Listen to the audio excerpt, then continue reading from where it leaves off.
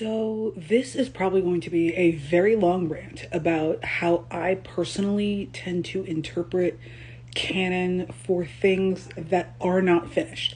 And ACOTAR, for all intents and purposes, as of now, is not finished.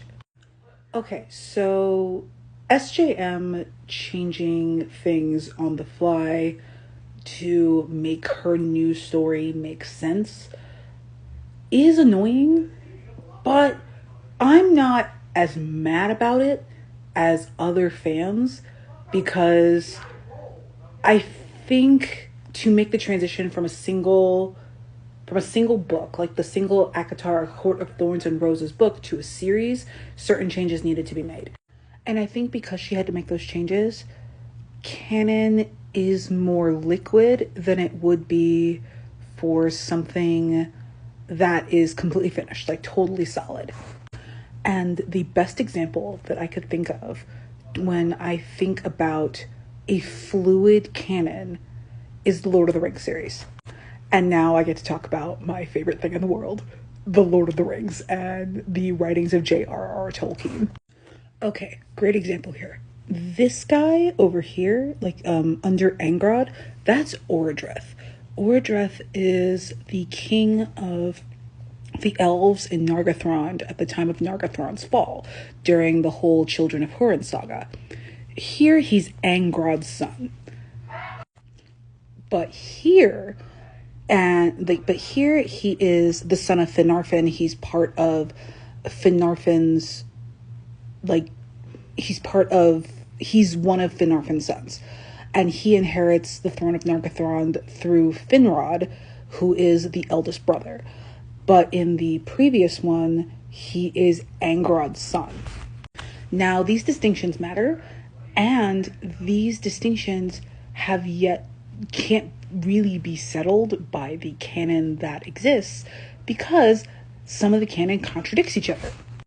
This is a picture of Gil-galad from the Rings of Power, and his parentage, off the top of my head, is also in contention depending on what source you're getting the story from.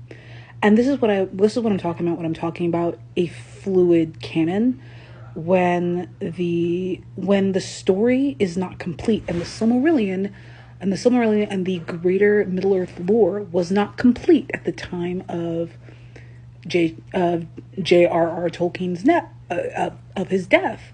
I can't talk today.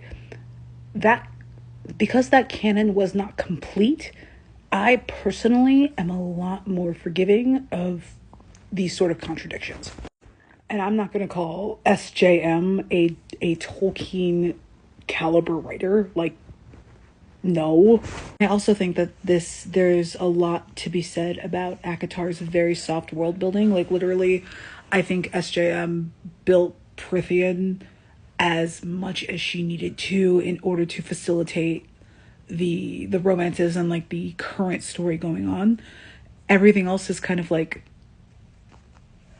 amorphous, which is why we have the issues that we have regarding the High Lords, particularly Tamlin and Rysand, and their inability to govern anything. But even then, we have even more fundamental issues about the world building and the characterization of SJM's characters. This character, Mor's power is literally truth. What does that mean? But the point is, when a story and a world and the lore is not finished, canon is more fluid.